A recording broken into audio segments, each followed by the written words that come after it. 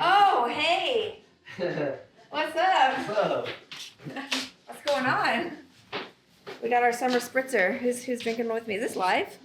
No, that's not live, but it's just a little intro for Oh. whole thing, you know? We got Maddie. We got Maddie on the phone. Maddie, say hello. We're being. Oh, they can't hear you actually because I have my headphones on. I'm an idiot. Let me drink some caffeine real quick. Hey! I'll head out. How's it going? Good seeing you. Everything good. You're leaving? Good. Yeah. Did you already play? Nah, I'm going home. Why? I'm gonna go to Bauhaus. Oh, you're gonna go? Yeah, I'm gonna go pregame real quick. Oh, that's why you guys were rushing to get me here, so you guys could all leave and go somewhere else. Nah, they stand up. See you Oh, around they're the. staying? All right, see you. Yeah. Good to see you. Uh-huh. Oh.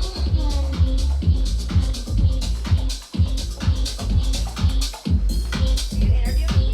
Oh, absolutely not. This is my hat. I have some interesting videos in this hat. Why is it big?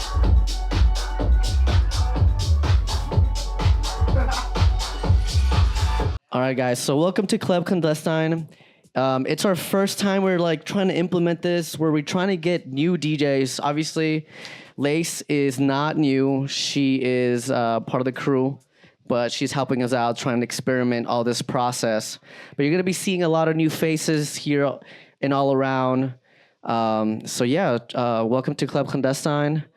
So tell us about you. Who are you? Where are you from? My name is Lace. I'm going to do this like the kindergarten way. My name is Lace. My real name is Lacey, so not that ingenious. I'm not very creative. I'm originally from Wyoming, but I've been in Texas since 2017. 2017? Yeah, I lived in San I think that- Antonio. Oh, damn. Okay. You're a little Texas. Yeah, I Texas mean, at based. this point, I've been in Texas a while, so She does claim Wyoming a lot, so I've never been there. that's kept secret. But I've heard there's just a bunch of crazy girls over there.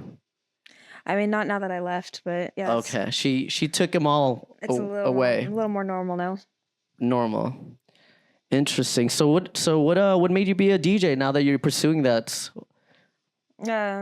What are you pursuing? Everything. I want a big life. No, I wanted to be a DJ since I was little. The only time I ever saw anyone like have parties or do anything was at weddings. So I wanted to be a wedding DJ. I was obsessed with music. Yeah. I think it would actually be a great wedding DJ. It's playing top 40s. It's gonna be crazy. Oh man, I would find some bangers for sure. The nostalgic tunes. No, it's like going to like Washington and just like hearing the same songs over I and know. over. Trust me, I know. Because I play these cocktail bars. It's like they only want to hear the songs that they know by heart. But Not gonna lie, I think honestly I'll be getting down for the Cupid Shuffle. I'm not gonna lie, so that'll be bangers. you can't not. There's just some classics. But I mean, it's a brand new song. So you're saying once you wanted to become a wedding DJ, you were just like, yes, I want to become a DJ that plays EDM music, or No, how I did didn't that? even listen- No, I didn't What do you even go listen from to EDM. a wedding to like EDM? Honestly, my ex-husband liked EDM a lot. Shout out to y'all baby mamas and your exes. No, but I did a lot of karaoke when I was growing up, and my mom was very musically inclined. She was a pianist, so she would do a lot of songwriting, and also my grandma too. So music has just kind of always been. Tell us an F. What's an F major? F major. Oh, I didn't say I was. Oh. I'm working on that. Interesting. She's getting into production, guys. I am. Right now, I'm starting at the basics, like really trying to understand music theory. I bet if I got on a piano, I could do it because I know where to start with C. Oh, okay. all that. C, D, F, G. Yeah. That's good. Yeah. Play Twinkle Twinkle Little Star. Yes. I can't even do. I'm like, whenever I play the piano, I hate music theory, so I just play whatever just my fingers do, which is interesting. People are just like, "Can you play this song?" I'm just like, I don't know. No, That's good for writing bass lines, though. That's from true. what I've learned. see what feels right. Yeah. No, but I used to record mix songs off the radio onto tapes. But then I had a double deck. This is going to age me a little bit. A double deck tape player. Bangers. And so I would put the songs in order on a tape. So I'd play them on one tape that I recorded off the radio so I could have them in the right order on the other tape that I was recording. So it's always been a passion of mine. You're basically DJ Screw. because you was like mixing off tapes and rewinding them and stuff like that. So Yeah, I would rewind them and then I would get them in order. shout So out I'd, to yeah. June 27. You know what I'm saying? And then we upgraded to burn CDs, and at the parties I'd always play the music. In fact, I actually DJ'd one of my friends' weddings from my phone.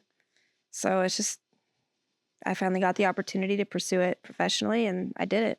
Is that like kind of where we kind of like met? Because you were starting to DJ, and then you like I started kind of like helping you in a way where like you were trying to get serious with it. Yeah. And I remember that like one of your first like you literally played at Bauhaus.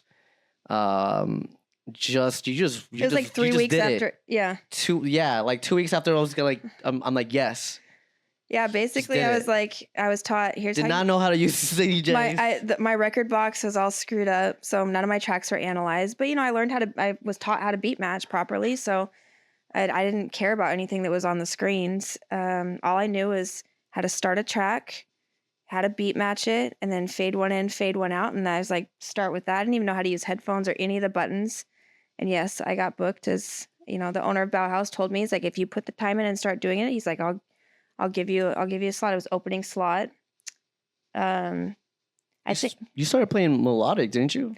no, I started on minimal tech. Minimal. Yeah, minimal. Hate that genre. I don't know. It's making me. No, that's just me. Personally. I'm gonna play some minimals tonight just for you. Well, you know what's like? Well, at that time, and now I think like with the Miami vibe, with now that's now- like Miami minimal tech. Like I've started to get back with like I don't know if I'm getting older. That I just like those genres just kind of hit you different as you like the sound grow has evolved. and experience. Yeah, I agree. It's not as minimal as it was. I think it has take some indie influences where it's more like techno-y.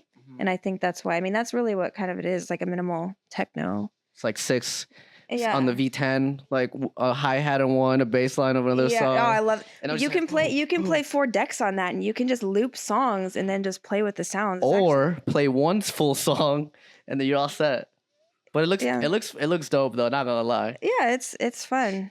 It's fun to experiment with the minimal tech, but I think now it's a little more groovy, and sometimes it has that those indie elements. I think you think like someone like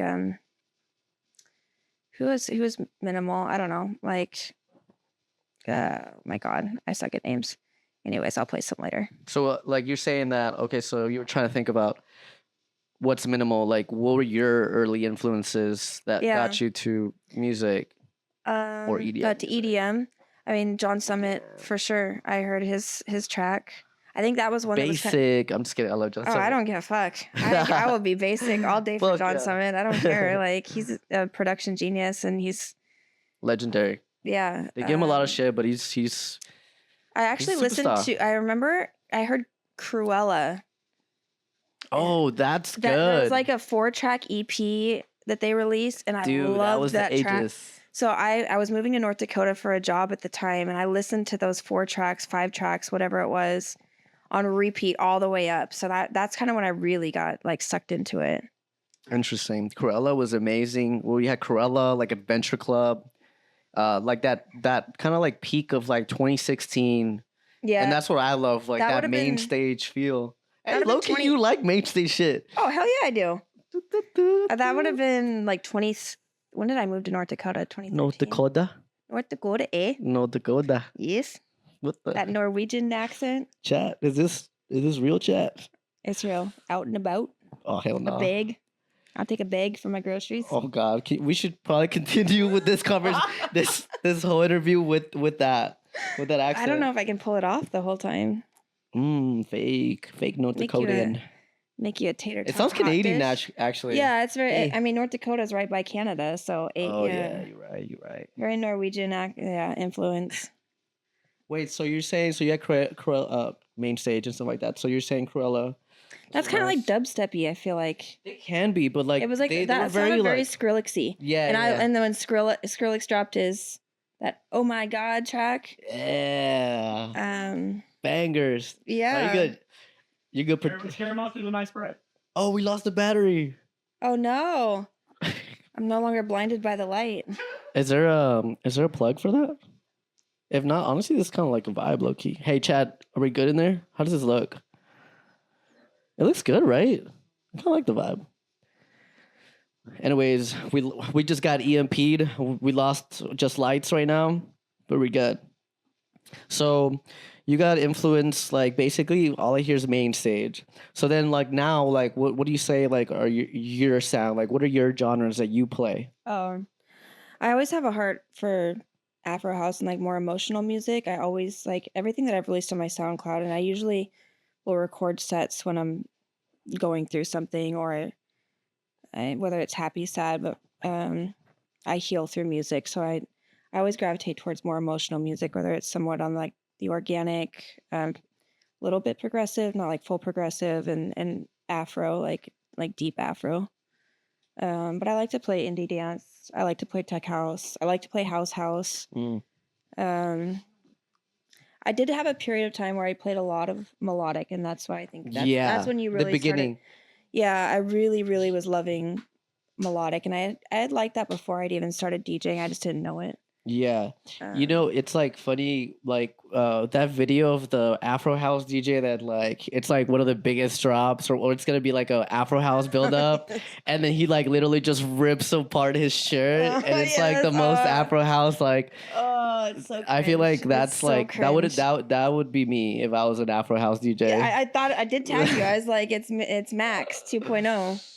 I like the That's why you're in the gym all the you time, try. right? Oh God, You're watch waiting out. for that moment where everyone's just sweaty and surrounding you, boiler style, just ripping it off. La Fábrica de Muñecos type beat. Yeah.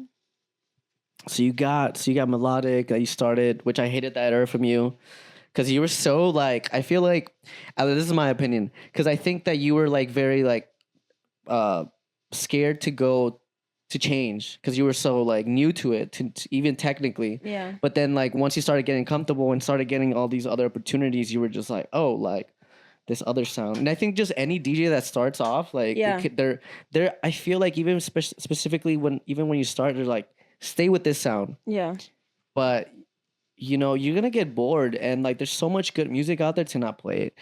Absolutely. Like I think that's the biggest advice that I give people is to explore other genres and not worry about because at that time, like the person that was mentoring me was very minimal tech and it was like rigorous on how we would go through finding music for sets and it would give me anxiety like okay is this too commercial and I was kind of like terrified to like really play anything that I really enjoyed. It didn't make sense like um now I think you see a lot of DJs that will kind of cross genres or play multiple genres in their sets, which I'm loving this era of house music because it's kind of going against like how it used to be or how house music got started. You know, I do have an appreciation for a consistent sound throughout the night, especially if it's late night and you don't need a lot of stimulation. But I think I got more confident in myself. I was scared to kind of take some risks because I did choose to put my entire livelihood on DJing. So I was so terrified to make any failures because I would lose my income that I just wanted to play it safe. But once I got a little more comfortable and started really understanding what I was doing and having lived through some mistakes and failures and seeing that it was okay, I still came out on the other side. Okay. That's when I started exploring music more and really just playing what I enjoyed playing. And it's good too because every genre I feel like there's a little bit different technique for how you play it and how you DJ it. Agreed. So it's good for versatility to know how to DJ multiple genres.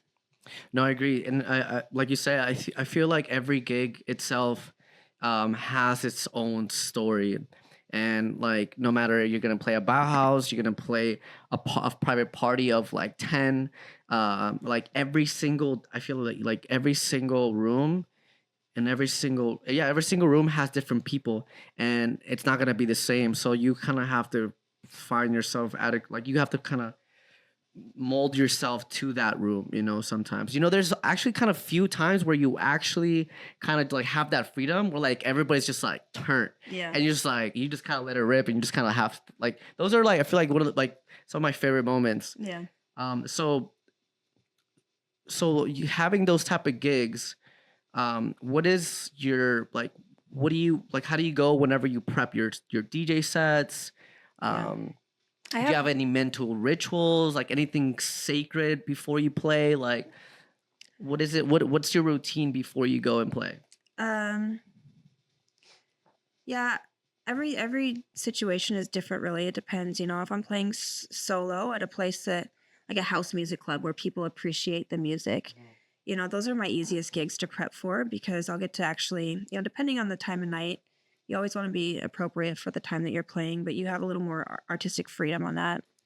Um, so I'll typically prep like what I think the crowd is gonna be like at that time and what they're gonna want to hear, and what I'm gonna enjoy playing. But I also like to have a backup plan depending on, you know, you never know how many people are going to show up or how the room's going to be or the person what the person before you is going to be playing. So I like to kind of have a contingency plan when I'm playing at places like that are very commercial, like the cocktail bars and stuff like that. I love those. Oh, I know those crowds are going to want to hear just tracks that they know. So I'm just really trying to find as many tracks that they know and then also assemble them in a way that's not jumping all over the place. Because even though to me, I found they do want to hear just tracks they want to know, but you still need to have some sort of journey. Structure? Yeah, some sort Yeah. of journey where it needs to make sense.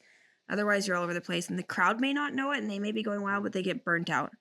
You know, So- and I know you play a lot of those. Like you play a lot of those cocktail bars, which and like me myself, like I've been so like hesitant. Yeah, You know, and but honestly, right now that I've been playing Best Regards, the owner was just like, you know, they actually she actually saw me playing like what I just when I play with no rules, yeah, and they booked us there for I was playing with Sebas, by the way.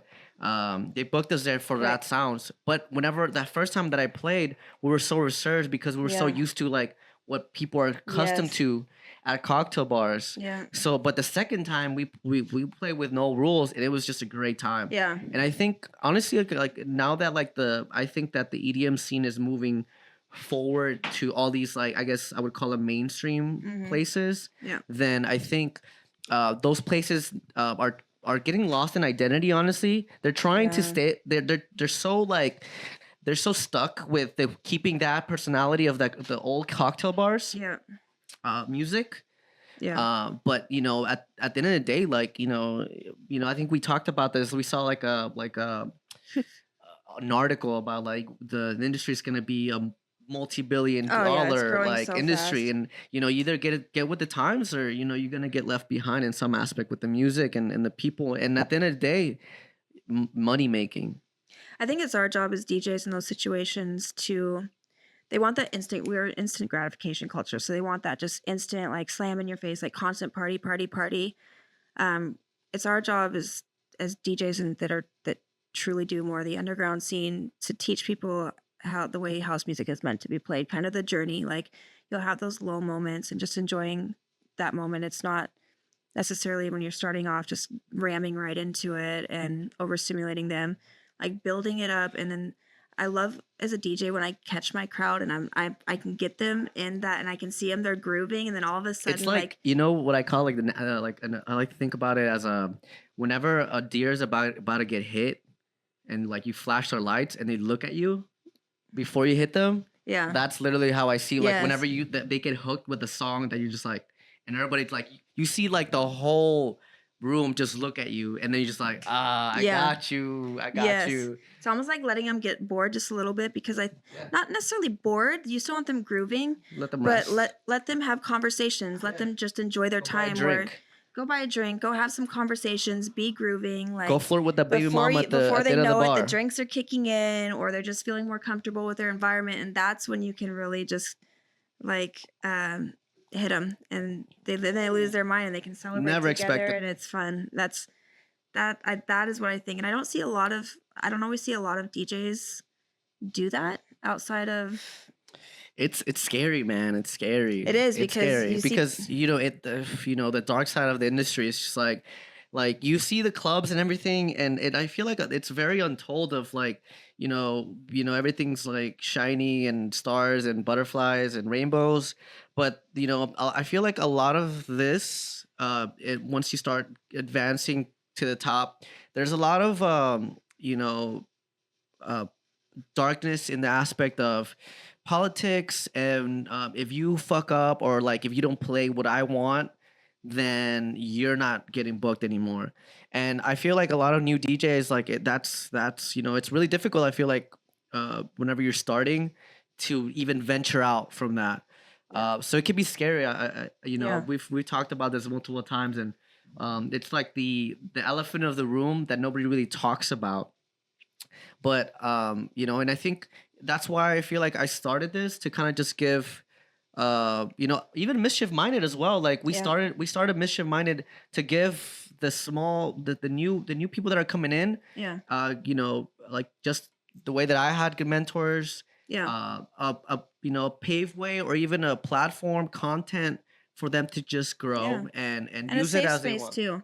Space, yeah. Yeah, like this is a place where if you fuck up, I'm not We're gonna be still- like you're out. yeah, we're still gonna want to bring you back in. Like those moments are scary, and it's very hard to get opportunities. And a lot of people don't do it as full time, but they're passionate about it and they're crazy talented. Mhm. But they're so terrified to be themselves and Yeah. to explore their artistic journey because they don't want to lose out on any more opportunities. So Very true. yeah. So saying that, like, do you have any like, at least for you, do you have any like favorite times that you like a favorite set recently or a long time? Like you're like you think about it and you're like, Oh. that's the set that I want to relive. I've had a few, and I'm gonna go back to like playing at Segredo. Segredo. What? Really? Segredo is my most challenging place because there they like they really their musical program, they want funky house, disco. It's a tough crowd. It's a very tough crowd because I'd be scared. there's such an age range, and you never know who you're gonna get. Like it's a very diverse crowd too. So All sometimes the sugar daddies and sugar mamas are there. all the sugar daddies, sugar mamas, all the God. girls' night out, and they're 50 plus, and then you have That's the why I'd be younger scared to go crowd. there. It can be very hard, and it's very hard to keep everyone happy there. But the reason I say that I've had some of my best gigs there because if I can just get through that first hour and just kind of finding my crowd and who I'm connecting to, once I connect to that crowd, they become like their minds are blown because Yeah. I find that crowd isn't out in the club scene a whole lot. So they're not exposed to a lot of this music, and they're probably used to more like the wedding DJs, the open format DJs, where they like are completely mind blown Yeah. by house music and if it's played properly. So I've definitely had some of my best moments there. I think from a career standpoint, playing with LPGOB at Bauhaus. I mean, she was the first female DJ I ever saw play. And when I was really wanting to take it seriously, I was like, she inspired me. And so to get that opportunity to play direct support for her, and the crowd was so much fun. I get goosebumps just even thinking back to that moment because the whole, like when I looked out, the whole crowd was just jumping and just off their minds, just Nice. happy, like just good house music, Yeah. like upbeat house music. I wish I was. I don't know where I was, but yeah, I remember. Yeah, that's that. when Like, I played back to back with Spooky. That's your hero. I still get goosebumps from that moment. And she was there the whole set because she was touring with some crazy. friends of hers, and I think she's doing some producing. So Bauhaus had booked me as direct support because they knew how much that meant to me. They're like, you just deserve it. You're ready for it. You put in the time. Well, her team called in and said, no, we're touring there. She already has her own direct support team with her. And Bauhaus pushed back. They're like, no, we've already promised it to our people. And I was at your house. I remember when I got the call. Yeah. And so Hamza called me and he's like, hey, they need you to send him a SoundCloud like right now because you have to get approval. He's like, we're trying to push back because they didn't have it in the contract. And I remember just like being in tears. I'm like, oh, I'm going to lose this. And anyways, the next day they listened to my SoundClouds and I didn't prep for anything. It's just stuff that I'd posted already. Yeah. And they approved it. And Good. that set was epic for me. I was so nervous to play in front of her. So nervous. So now, like tipping to the other side of the coin, like what has been the worst or like a set that you've like completely bombed? Oh God. Okay. Well, I'm not gonna lie. I completely bombed at Segredo the other weekend. I don't know. I can like. Yep. You've had your best and worst. I've set had there? best and worst there. Like the whole crowd was packed. Yeah. And there was a group of like probably late 40s, early 50s, and they were dancing and it was fun. And like I was just like, holy shit, I don't know what to play. Like I Yeah. just completely, and I just played a pool party in the sun 4 hours before that. Oh, was that Montrose?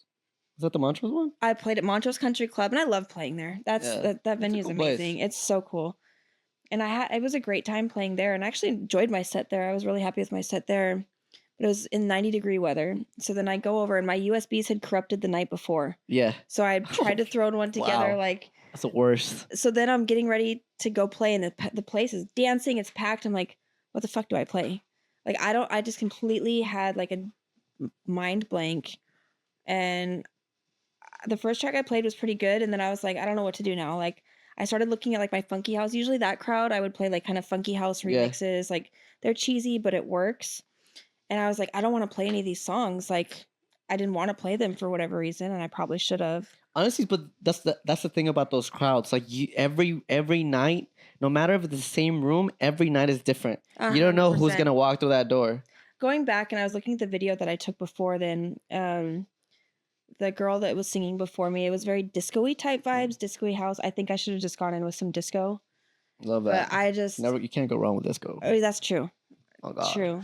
I just froze. But anyways, I was kind of all over the place, and I just slowly watched the crowd just dwindle, and my energy was down. Like, most of the times I found that even if I'm playing not my best, if I just stop and focus on the crowd and then like actually make contact with the crowd, look at them, engage with them, trying to get them a little more hyped up, I can bring them back. But I was just not, like, I was in my head bad that gig. You know what's funny? This leads up to the next question, which is, how do you deal with performance anxiety and how do you manage it?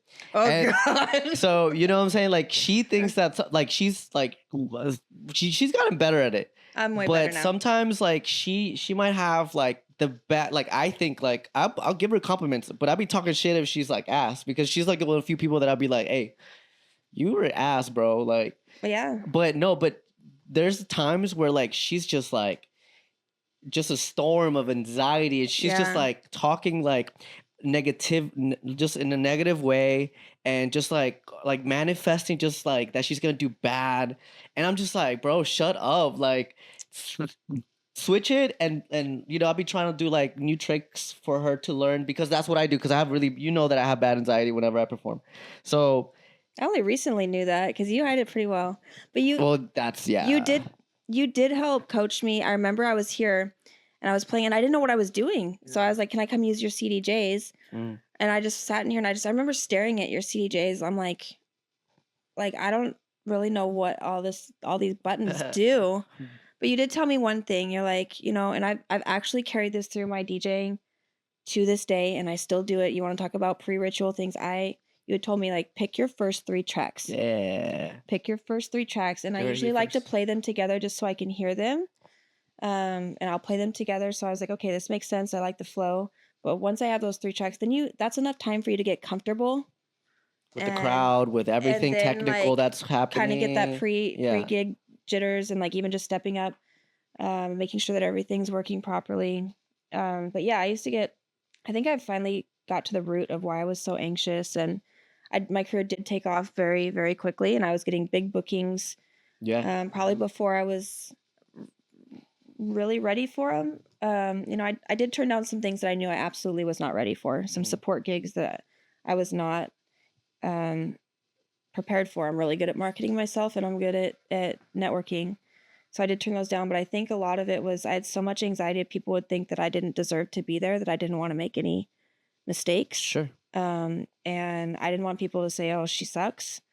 And so I would get in my head so bad, just saying they're gonna think that about me, and they're gonna think I don't deserve to be here, and maybe I didn't, but you fake it till you make it, just like confidence. And I think that's how I do it. I didn't have that because I didn't know what I was doing. I hadn't had enough practice or experience to know exactly what to do in certain situations, or how to pivot, or had the library of music that I wanted to have. Like, it's building your library is a lot of work, and it's well, like, stemming from that, like, do you get creative blocks with like even finding music, or just in general, or just you're just like, and how do you get out of it? Like, do you have like things where you like get out of it? There's times when like no music sounds good.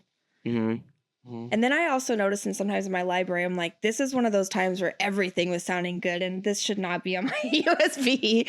I played it. I'm like, I don't know what possessed me to download this. But yeah, I get creative blocks. And I think what really helps me is sometimes I just need complete silence. Like I need to hear no music or I need to hear like actual, because I get so sucked into like hearing nothing but music. I need to hear conversation.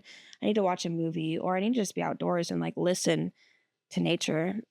Or sometimes I just need to listen to a totally different genre, maybe That's something what I do. nostalgic. I just listen to like rock or Yeah, just put my yeah. my Spotify on shuffle and Yeah. see what hits. Like my liked songs on shuffle, which I like because it brings back some music that I loved prior to being a DJ. I'm like, oh, in fact, I just heard one today. It was the Eli and Fern Medusa Pegasus track. I'm like, oh, I used to love this track. I mean, that's back to EDM, but yeah. So tell us about your set today. What do you got? What do you got planned for us I don't really for the have chat? Honestly, Anybody I in don't the have, chat still? We got a couple of new people in the chat. I don't have any plan for today. I have some new Good. tracks that I haven't played out yet. Some that I'll probably play in Atlanta. Atlanta. Hey, we got a show. We're gonna be in Atlanta. Watch out. Yes, on Sunday. No, I just there's some Sunday. tracks that I really liked and I just want to play them. I don't know. I may be playing like kind of an open format style of house music. This is I have no plan. I guess just whatever I start feeling. All right. Well, we'll be ready. Before we listen to your set, we're gonna do a little quick rapid fire. All What does right, you that ready? mean? Just like I'm gonna give you like a bunch of quick questions Oh, so you can okay. answer real quick. Okay, You ready? sure. All right. You're like, sure. No, yes. Confident. All right, ready, set. CDJs or vinyl? CDJ. I don't know how to play vinyl. I would like to though. That'd be cool. Day party or after hours? Day party. Interesting. Festival crowd or dark basement club? Ooh. Not festival crowd. Okay. One track you'll never remove from your USB?